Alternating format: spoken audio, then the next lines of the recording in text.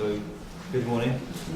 There are only two things I genuinely hate on the face of the earth. Number one is hay fever, because I don't see the point of it. And number two is white Etonian men thinking they know the cures to all of society's problems. One day they are pushing British values down our necks. The next day they are targeting Muslims for not fitting into society. We are living in dangerous, dangerous times where little toddlers are labelled as radicals and advocating human rights is seen as a threat. In the end, we should make thought crime literally impossible, because there will be no words in which to express it. At no point in time has the word of George Orwell seemed more apparent than 21st century Britain, a thought that is extremely, extremely saddening. We are seeing this Tory government eat up our civil liberties while giving strength to Islamophobia and racism. Not only is Prevent practically flawed, but also principally. Sort of like passing wind in an elevator, wrong on so many levels. My name is Rahmaan Mohammadi, I'm 17 years old, and I am a jihadi radical preacher. I'm radical because I want to affect the fundamental nature of our establishment. Just like Malcolm X, Karl Marx, the suffragettes, Muhammad Ali. I'm proud to be radical because without radicals, we wouldn't have the NHS. Without radicals, half of us here wouldn't have the vote.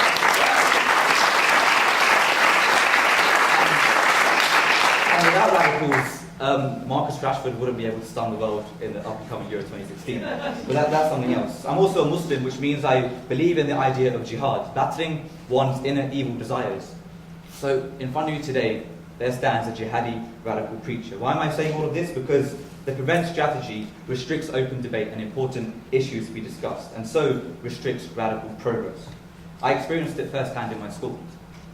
I was once walking down the corridor with a Palestine badge and a Palestine wristband, and they said you can't wear it. And I started wearing it on my bag, which wasn't against school policy. But again, they said you can't wear it without giving any real justification.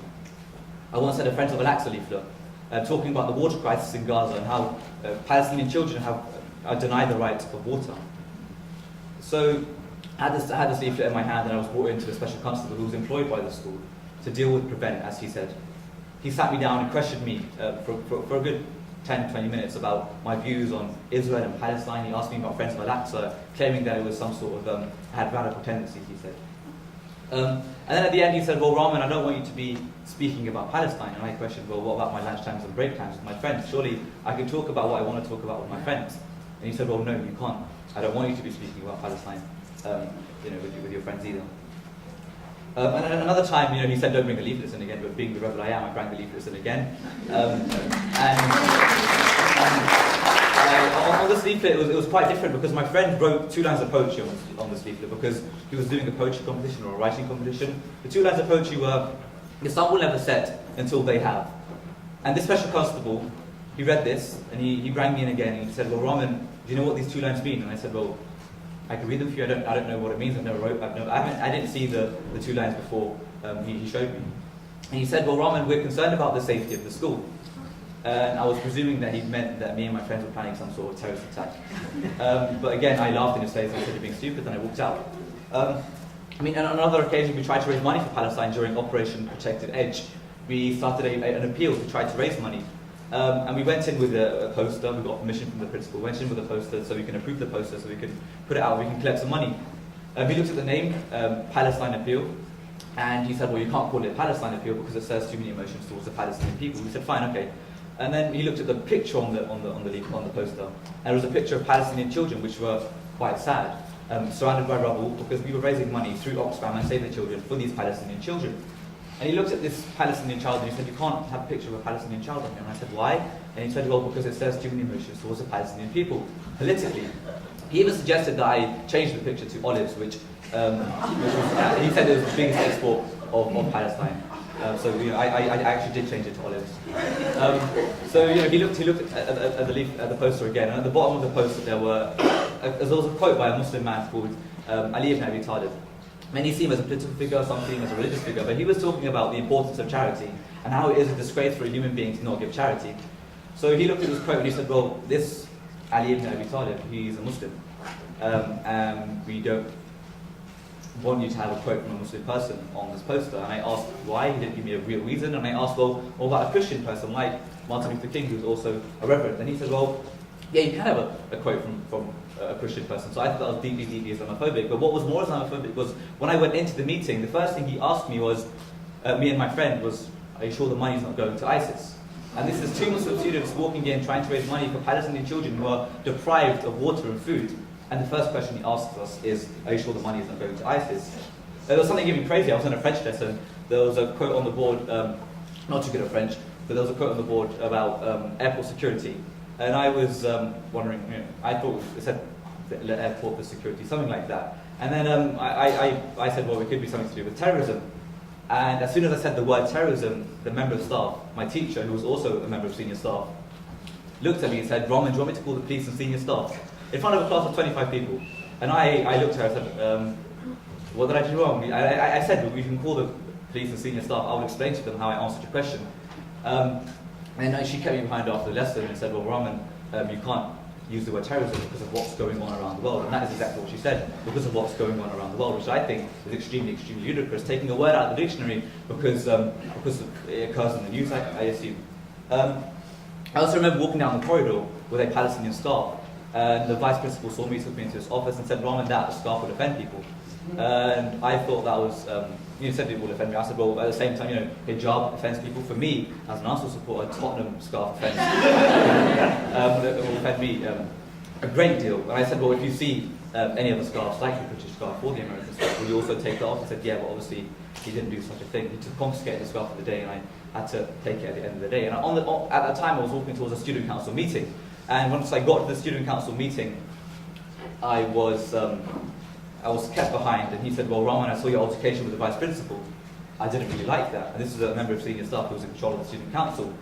And he said, well, if you wear that scarf again, I will kick you out of the student council. Now, that was an elected position, being chair of the student council. And he said, well, if you wear that Palestine scarf again, we will kick you out of the student council. And all of this led to the police visiting my house in the summer.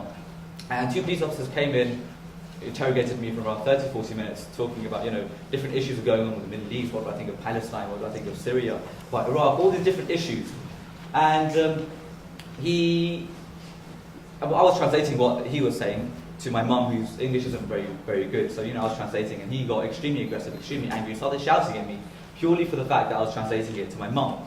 And I explained to him, my mum has a right to know what you're saying, and she has a right to know, who's in our house and what they want to know.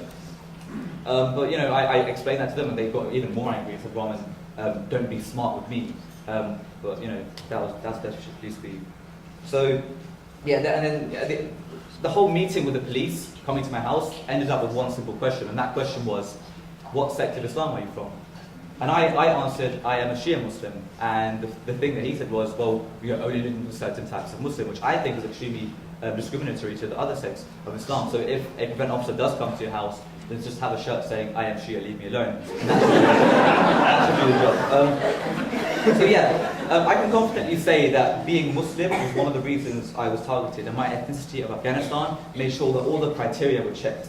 I was a 15-year-old kid who was not just angry at Israel, but angry at the world for not flinching at the cries of the Palestinians. I was angry because I knew that if Palestinian children were bleeding oil, then the whole world would rush to their rescue in the form of humanitarian aid, or whatever they wanted to call it. The issue wasn't wholly about Palestine. The issue was that a Muslim person was supporting Palestine, and that, ladies and gentlemen, is what Prevent is designed for.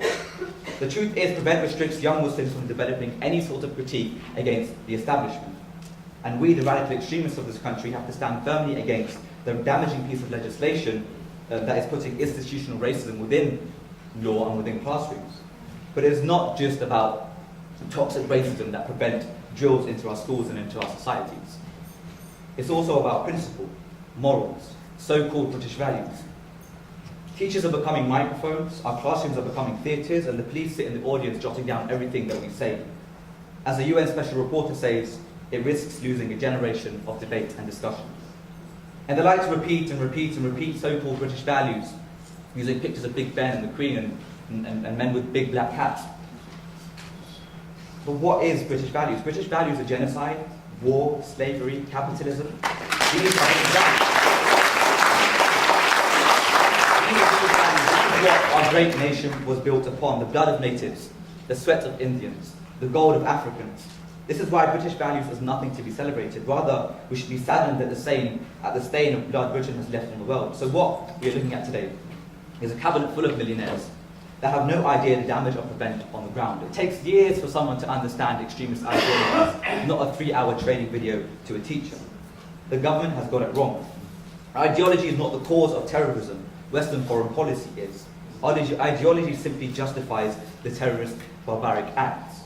So I guess the question we must ask the Eton gang is, do they know the effect that this religiously targeted, unclear piece of legislation has for the younger generation? I doubt very much David Cameron can answer this question. Thank you very much for your time.